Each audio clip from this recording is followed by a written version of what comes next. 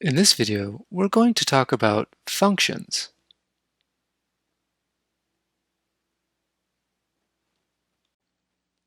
A function is a rule that assigns to each input exactly one output. As an example, consider the formula for the area of a circle. The area of the circle is a function of the radius of the circle. We can express the relationship in terms of a formula. A equals pi r squared, where A is the area of the circle and r is the radius of the circle.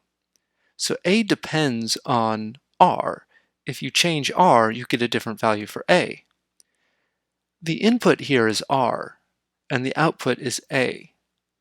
We call the input the independent variable, and we call the output the dependent variable. In our example, the independent variable is r, and the dependent variable is A. A depends on r. It is common to give a name to a function. Standard choices are f, g, and h. Really, we like to pick f because f stands for function. And then g and h follow in the alphabet. So that's really the only reason why. So for our example involving the area of a circle, we could let the area function be called f, in which case f depends on the value of r, and it's equal to pi r squared. We read this as f at r is pi r squared. So this symbol here is read out f at r. This is short for the function f evaluated at r has the value pi r squared. So f evaluated at r gives us pi r squared. So r will be some number. R will be some number that represents the radius of the circle.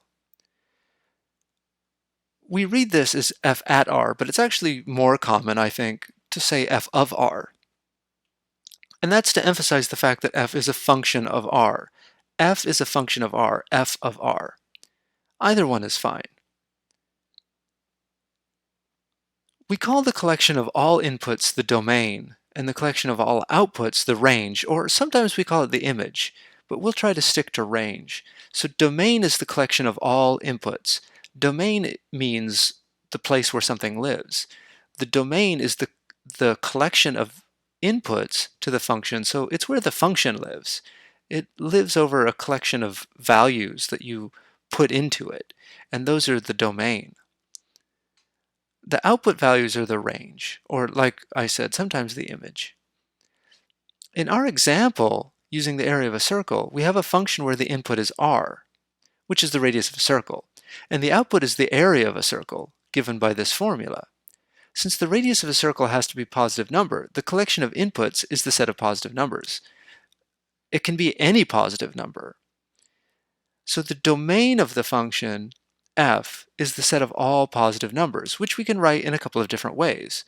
This is what we call set builder notation. It's the collection of all r's such that r is a positive number. R is greater than 0. When you see this vertical line, we read that as such as. So this line right here, we read that as such as. So this is the collection of r's such that r is greater than 0. The other way to write it is in what we call interval notation. So this one is interval notation.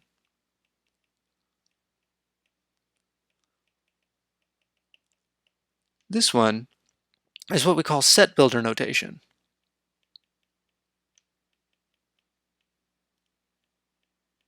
We call it that because we're building a set.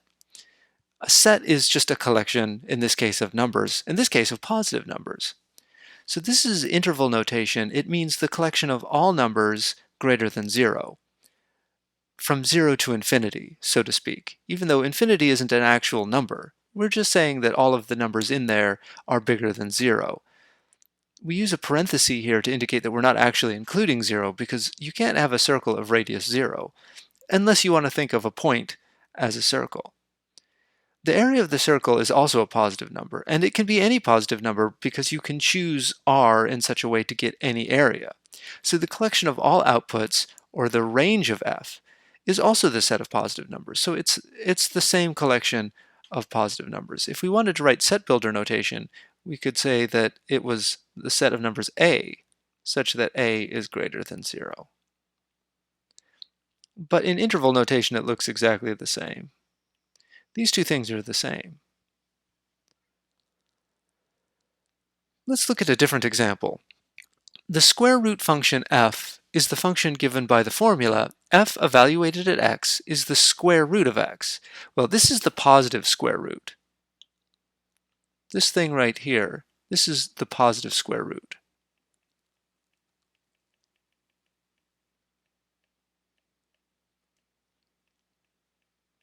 of x. Every positive number has two square roots, a positive one and a negative. So for example, the number 4 has two square roots, 2 and negative 2. We can see that because if I square negative 2, I'm going to get 4. And if I square positive 2, I'm going to get 4. So both of these are square roots. So negative 2 and positive 2 are both square roots of the number 4. But a function can only have one output for each input. That's the defining characteristic of a function. Every input has exactly one output. So if we want to define a function here, it's important that we have exactly one output for each input. So for example, if I have an input as 4, I need the output to be exactly one number. And I want the square root, but I have to choose between the positive square root and the negative square root. So that's why this radical symbol, as it's called the radical, it gives us the positive square root, because we have to choose one. So that's what we say here. A function can have only one output for each input. So the square root of 4 can be only one number. So that's why we pick the square root of x to be the positive square root, or the radical. So this symbol right here, this is the positive square root of x. We call that symbol, we call this symbol the radical. And radical x represents the positive square root of x. So that f evaluated at 4 is the positive square root of 4, which is 2. So this is radical 4, or the positive square root of 4.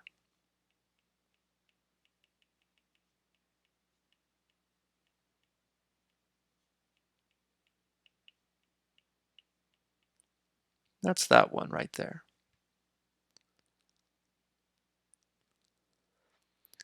We sometimes write an input-output pair together as what we call an ordered pair. So let's define what an ordered pair means. So suppose x is our input. So x is the input and y is the corresponding output. Remember, if you have a function, then each input has exactly one output corresponding to it. So the associated ordered pair, as we call it, is written this way. It's x comma y in parentheses. We call x and y the coordinates of the ordered pair. So x is the x coordinate and y is the y coordinate. If our function is called f, then the output for x is written as f at x. So we can write our ordered pairs this way. So it's x comma y, but we know that y is equal to f at x. Y is equal to f evaluated at x. So that means we can replace the y with f evaluated at x.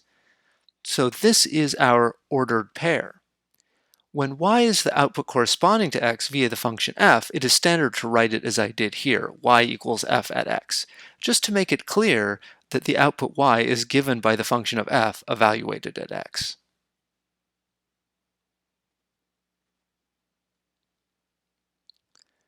More generally, we can pair all inputs with their corresponding outputs using ordered pairs to get what we call a relation. A relation is just a collection of ordered pairs that tells you what the relationship is between inputs and outputs. So, for example, there's a relation here given in this rather lengthy collection of ordered pairs. Now this gives the first 10 positive integers together with their squares. So you have 1 and 1 squared is 1. So this number right here, that's 1 squared. This one right here is 2 squared. This one right here is 3 squared, and so on. This last one is 10 squared.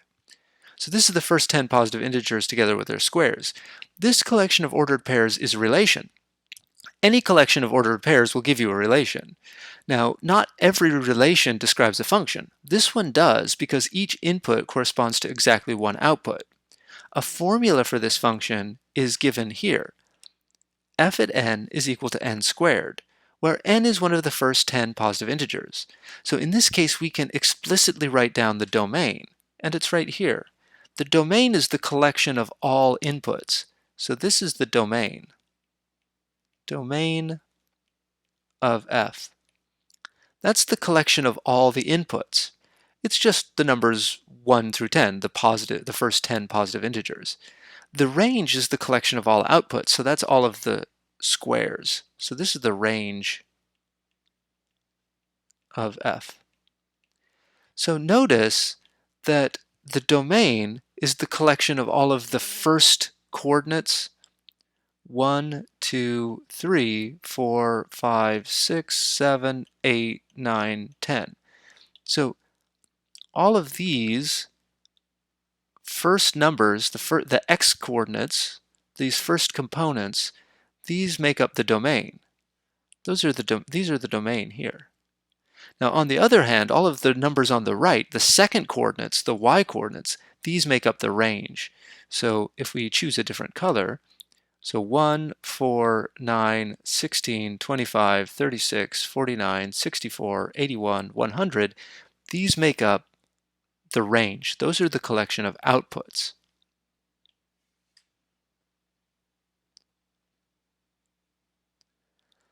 Not every relation describes a function. A relation is simply a collection of ordered pairs, and it might be that 2 or more ordered pairs have the same first coordinate. So consider this example. Here we have a relation that does not describe a function, because 2 ordered pairs have 2 in the first coordinate. So if we look at their first coordinates, so for example 2 and 2, that means the input 2 has 2 possible outputs, 4 and 5. Similarly, there are 2 ordered pairs with 3. So we have 2 ordered pairs have 3 as an input. And the same is true for 2, for the number 2. These 2 ordered pairs have 2 as an input. In order to be a function, each input can only have one output, but you can see here that the input 2 has outputs 4 and 5. Similarly, the input 3 also has outputs 4 and 5. Now this collection of pairs gives possible ways to pair the integers from 1 to 5 so that their sum is 6 or greater, with the smaller number written first. So if you specify 2 as the input, then you're asking yourself, how can I add up numbers with 2 that give me a sum greater than 6 or equal to 6? And there are 2 possibilities, either 4 or 5. So that means there are 2 choices for a number to pair with 2 that gives a sum of 6 or greater. In order to have a function, there cannot be any choice at all beyond the input. Once you know the input, the output is uniquely determined. That's not the case here. Here I know that the input is 2, but I don't know which output to pick. Is it 4 or 5? There are 2 possibilities. So that's fine for a relation, but that means that this is not a function. So it is easy to tell if a relation describes a function. If 2 or more pairs have the same first coordinate, then the relation is not a function. So we don't even have to look at the 3's. We just simply see that these 2 ordered pairs both have 2 as an input. It's also true that these 2 ordered pairs both have 3 as an input. Either one alone would be enough to make this not a function.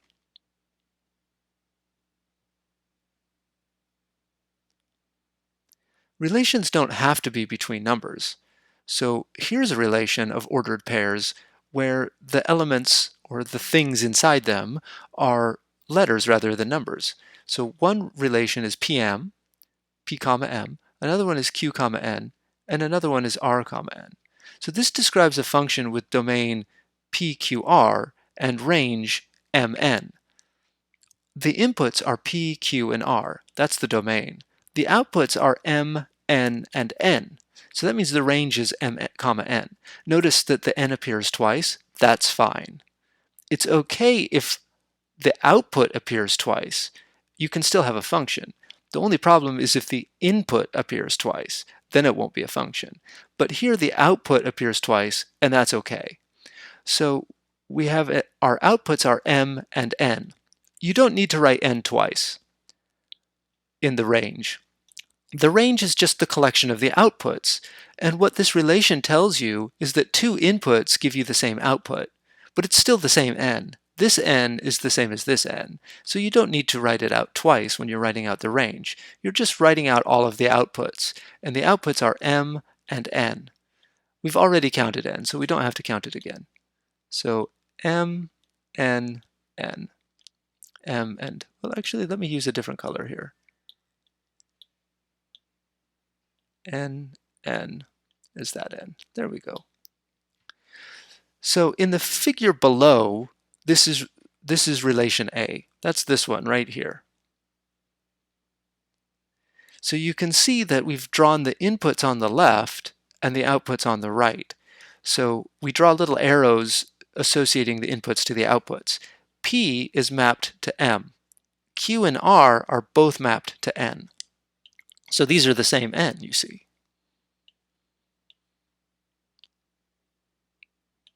So the inputs are our domain, P, Q, and R, and the outputs are our range, M and N. This does describe a function because in our relation, the inputs never repeat. In terms of this picture, the idea is that all of the inputs have only one arrow going out from them. This N has two arrows going in, but that's fine. You just want to make sure that in order to have a function, each input has only one arrow going out, because a function takes an input to unique output, so there's only one possible output for each input. So that's A. Now, there's another relation here. This is C in the figure below. P comma X, Q comma Y, Q comma Z. Notice that there are two inputs that are called Q, and they go to different outputs. In terms of our picture, this is C in the figure below, so we have this Q, and you can see that this Q is going to two separate outputs, Y or Z. That means it does not describe a function. If you have a function, then specifying the input uniquely determines the output. However, if I was to specify the input as being Q, we wouldn't know if the output was Y or Z, so that's why it's not a function. So A is a function, C is not a function. What about B? B is also a function. In this case, each input is associated with exactly one output. This is a special kind of function because each output only belongs to one input. There's a one-to-one correspondence between inputs and outputs. That's not true in A. There's not a one-to-one correspondence because Q and R both go to N. That doesn't happen in B. There's a one-to-one correspondence. Each P belongs to one X, and each X, well, what I should say is each input belongs to exactly one output, and each output belongs to exactly one input. So this is what we call a one-to-one function. And if I go to the next page, we can define that. So the relation mark B is given here. P comma X, Q comma Y, R comma Z. The figure repeats here, as you can see. So this is a special kind of function, as I mentioned. It's called a one-to-one function, because not only does each input give you one output, but none of the inputs give the same output. There's a one-to-one correspondence between inputs and outputs, so it's called a one-to-one function. It's often helpful to represent relations visually like we did here. It sometimes helps us organize the information. If a relation is between numbers, we may be able to represent it using an equation. For example, all of the ordered pairs x, y that satisfy this equation, x minus y squared equals 0, provides a relation. If we prefer, we may wish to solve for x. X equals y squared. That means that if you know what y is, you know what x is. However, if you know what x is, you don't necessarily know what y is. Let's write it out as a relation to make this more precise. The relation may be written as in the set builder notation. The ordered pair x, y such that x equals y squared. This is our relation. So this is read as the set of ordered pairs x, y such that x equals y squared. This is a relation, but it does not give us a function.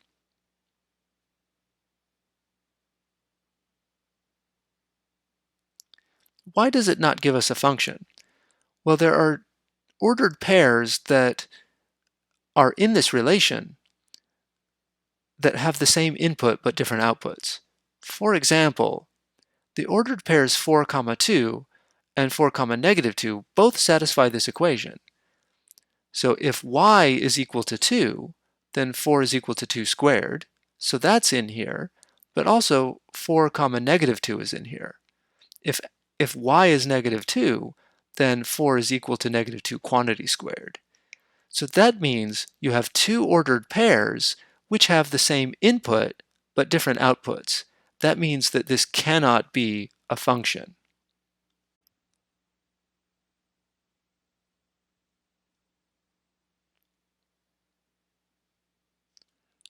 Let's look at a definition. The graph of a relation is obtained by plotting each ordered pair x, y on what we call an xy plane. That's what you see here. This is an xy plane. We have two vertical lines. The horizontal line is what we call the x-axis. And the vertical line is what we call the y-axis. And you place ordered pairs on this xy axis according to the values of x and y.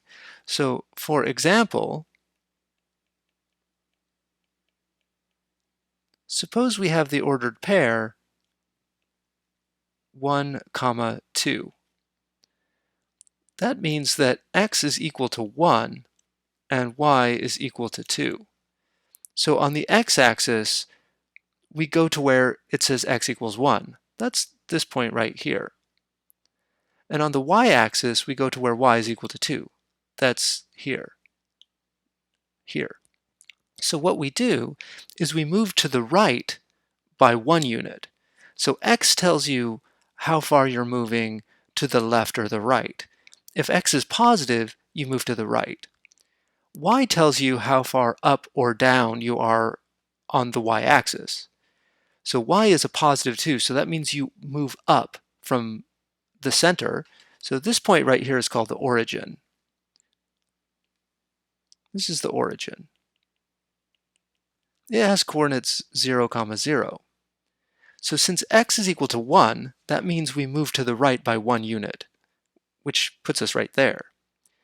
Now y is positive 2, so we move up 2 units, which puts us this high. So I move up 2 units to here. So this is the point which has coordinates 1, 2. Let me just fix that too. There we go. So if x is positive, you move to the right. If x is negative, you move to the left. And if y is positive, you move up. If y is negative, you move down. So another example, let's change color. Another example would be -2, -3, for example. So that means x is -2 and y is -3. So we move to the left 2 units to x equals -2, and we move down 3 units to y equals -3. So that means it's down here. So it's right here. -2, comma, -3. So this is what we call an xy plane. You imagine that the x-axis extends infinitely far to the right and left, and the y-axis extends infinitely far up and down. But of course we can't draw an infinite line, so we just draw a segment of it. The collection of ordered pairs x comma y that satisfies the equation we were looking at, x equals y squared, has a graph like this. This is what we call a parabola. Notice that for each positive x, there are two ordered pairs having x as the first coordinate. That means the graph cannot belong to a function. So, for example, if we pick this number 4 right here, so if we have x equals 4, that corresponds to two different points on the graph. If I move up or if I move down, I'll get a different point. So here, I have x coordinate 4 and y coordinate 2. This other point has x coordinate 4 and y coordinate -2. So for each positive x value, in this case x equals 4, there are two corresponding points on the graph. That means there are two different outputs that correspond to the input 4. One of these outputs is 2, and the other output is -2. So again, that's why this can't be the graph of a function, because for each positive x value as an input, there are two possible outputs, and we don't know which one to choose. A function takes one input and gives you exactly one output. This doesn't, because we don't know if the output is +2 or -2. This leads us to something called the vertical line test. A curve in the xy plane is the graph of a function of x if and only if no vertical line intersects the curve more than once.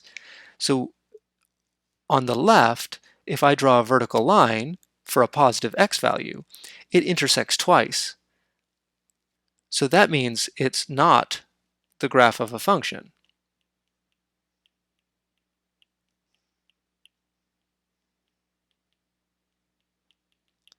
Because it intersects twice. Now, on the other hand, if we look at the graph on the right, anytime I draw a vertical line, like so, it intersects only once. So this is the graph of a function.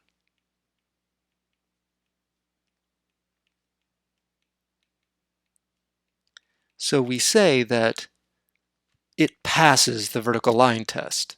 If it passes the vertical line test, that means it's the graph of a function.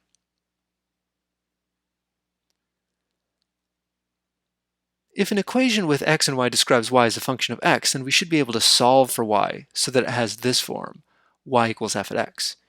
If we try that with x equals y squared, we're going to encounter a problem. So let's try to solve for y.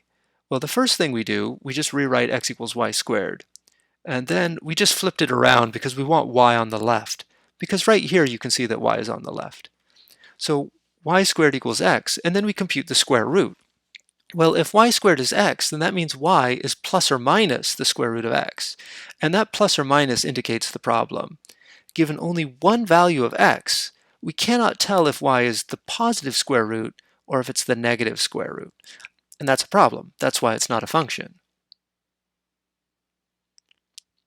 If we know that y is positive, then we can choose the positive square root of x. And so we know that y is the positive square root of x. This relation does give us a function. The relation here is x comma square root of x, where x is a positive number, or possibly 0, as you can see. This does define a function, and the graph does pass the vertical line test, as you can see here.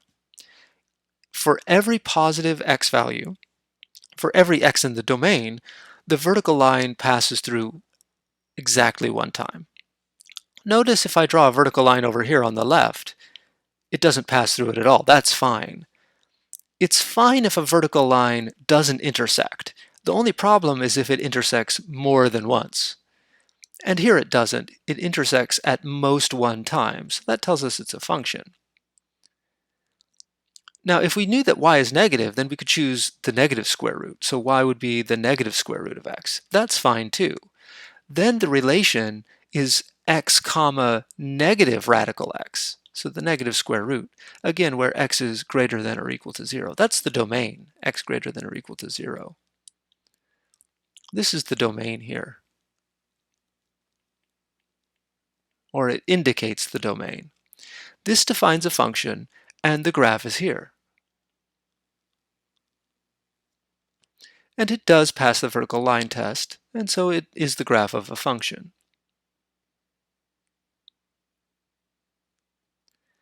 We mentioned earlier that a function might be one-to-one. So here's the definition. A function is called one-to-one if each output belongs to exactly one input.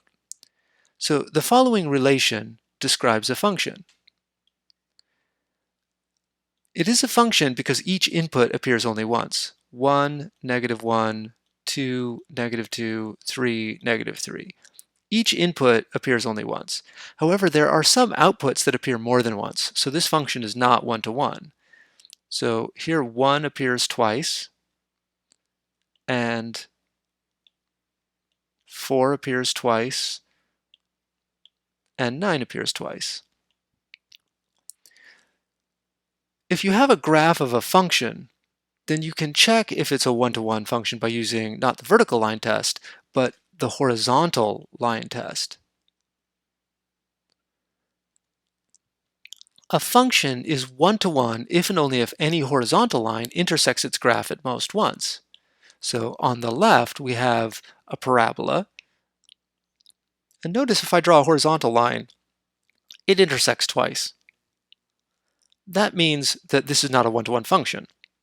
Notice that it passes the vertical line test. This is a function. It passes the vertical line test, but it's not a one-to-one function because it doesn't pass the horizontal line test. Now, on the other hand, the graph on the right, it does pass the horizontal line test. If I draw a horizontal line, it intersects at most once. Both of these are graphs of functions. They both pass the vertical line test, but only one of them passes the horizontal line test. The horizontal line test tells you if the function is one-to-one. So if you have a function and it passes the horizontal line test, so if a horizontal line intersects at most once, then it's what we call a one-to-one function. If it intersects more than once, then it's not a one-to-one function. What does that mean? Notice on the graph on the left here, I drew this just a little bit under 4, but the y values here are the output, and the x values are the input. So if you draw a horizontal line, and it intersects in two places, that means you have two inputs that give you the same output. Now that's fine for a function. You can have two different inputs give you the same output. It just means it's not a one-to-one function.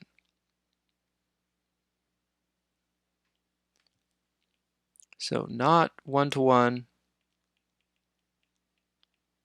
and this one is one-to-one.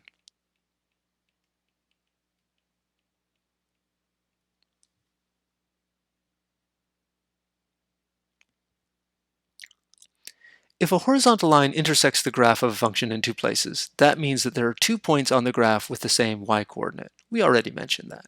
So the example that we were looking at on the previous slide, the one on the left, is actually the graph of the function f at x equals x squared. And it's not one-to-one because f at 2 equals 4 and f at -2 equals 4. So this was the vertical line that I attempted to draw on the previous slide, but I was just a little bit off. So y is equal to 4. Now there are two different inputs that give you the same output of 4. So that's fine as far as a function goes. You're allowed to have two different inputs give you the same output, but it just means that the function is not one-to-one. The horizontal line, y equals 4, passes through both of these. That means that both of these have the same output. This is a word of caution. The horizontal line test only applies to graphs of functions. The graph of x equals y squared passes the horizontal line test. If I draw any horizontal line, it will intersect at most once. However, this is not a one-to-one function because this is not a function. Not a function.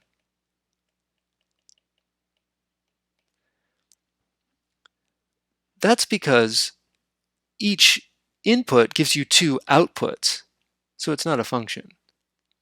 So you can only apply the horizontal line test if you already know that you have a function. So that's something to be wary of. Let's talk a little bit about function notation. We already mentioned that if a function is called f, then we can write y equals f at x to indicate that y is the output corresponding to the input x. Probably the most common way to describe a function involving numbers is by means of a formula. So here's an example. F at x equals 3x squared plus 2x plus 1. So what we want to do is we want to compute the outputs for various inputs. So for a, for example, our input is 2. So here the input is 2. That's only one word. Input is 2. So what is the output? Well, let's compute it. So let's say, well, let's write it like this. Solution. So A is f evaluated at x equals 2. So basically all you do is you just replace the x with 2.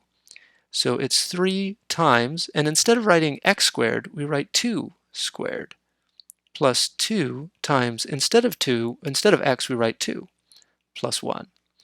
So every place that there's an x, you just replace it with the 2. So this 2 goes here and here.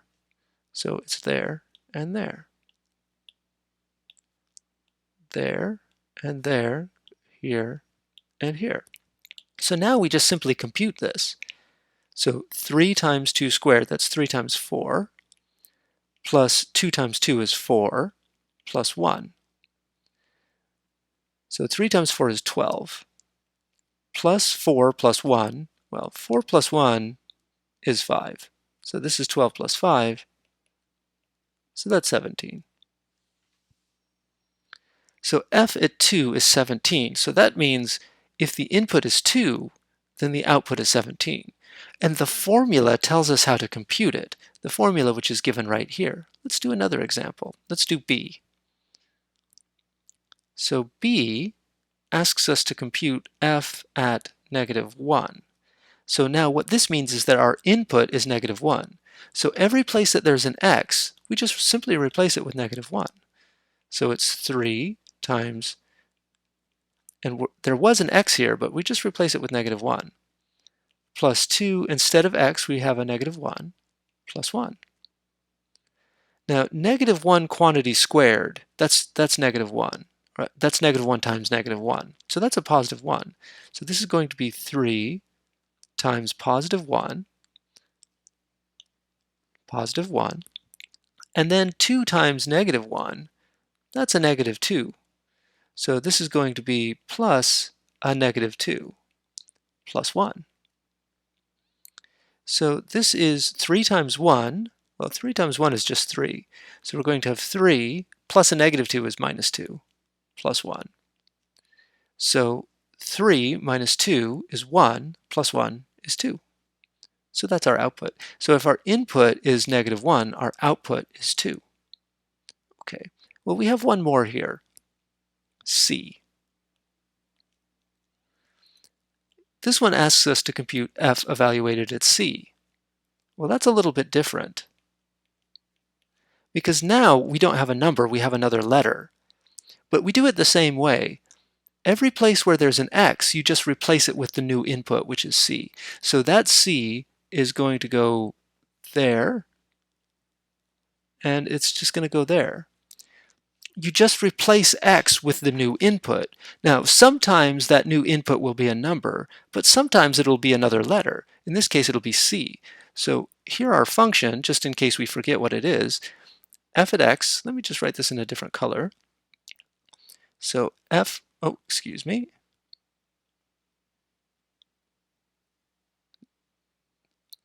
as I was saying, let's write down f at x. So f at x is equal to 3x squared plus 2x plus 1. Okay, I just wanted to write that down because I'm about to scroll past it. So this is the thing that we want to compute. But we want to evaluate this, so the input is now c. So we just replace x with c. We call this substitution. We say substitute x with c. But we really just mean replace x with c. So we can do that. We can absolutely do that. So it's 3 times x, but we're replacing x with c squared plus 2 times c plus 1. Now, there's not a whole lot of simplification you can do here because we don't know what c is. C is presumably some number, but we're not really sure what it is. So f at c is equal to 3c squared plus 2c plus 1. Notice that this is exactly the same. It's just we replaced that x and that x with c. So we just replace that x. Well, that's a little hard to see. We just replace that x and that x with c. There we are.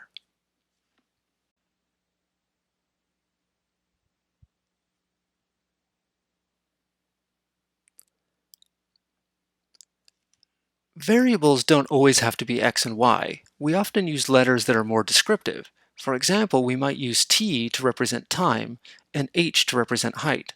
So here's an example. A stone is dropped from the roof of a building that is 32 feet tall. So after t seconds, the height h of the stone is given approximately by the formula you see here. H at t equals negative 16 t squared plus 32. So if you ask how high up the stone is above ground level for a specific t, you can simply compute it.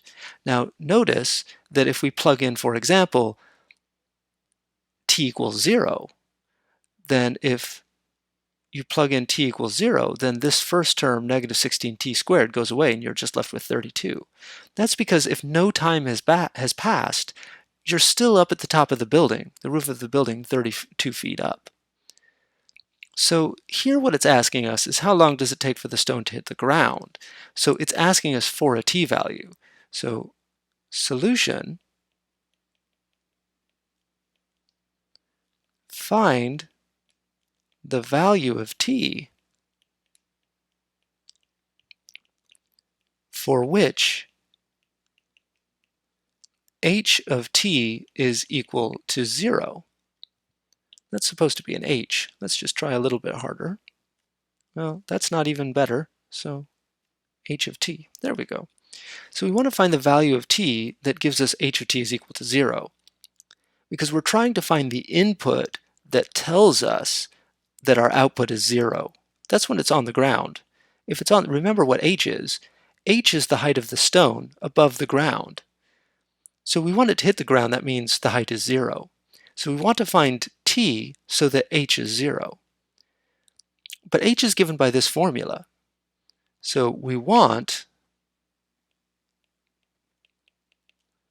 minus 16t squared plus 32 to equal 0. So what we're going to do is we're going to solve for t. And if we do this, we can subtract 32 from both sides. Then we'll have minus 16t squared equals negative 32. The next thing to do is divide both sides by 16. So actually, let's just rewrite this here.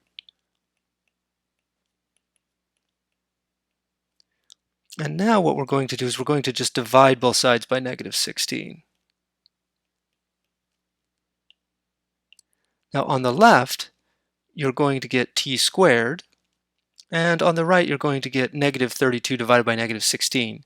The negatives cancel, And 32 is twice 16, so you're just going to get 2. So that means that t is equal to plus or minus the square root of 2. So t is equal to the positive square root of 2, or t is equal to the opposite square root of 2. Now t represents the amount of time that's passed, so t can't be negative. T measures the time that has passed,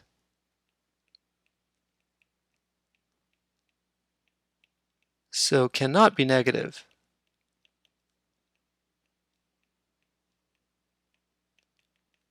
So what does that tell us? That tells us our answer is t equals the square root of 2. So our answer, t equals the square root of 2. And that's how long it takes for the stone to hit the ground. Square root of 2 seconds.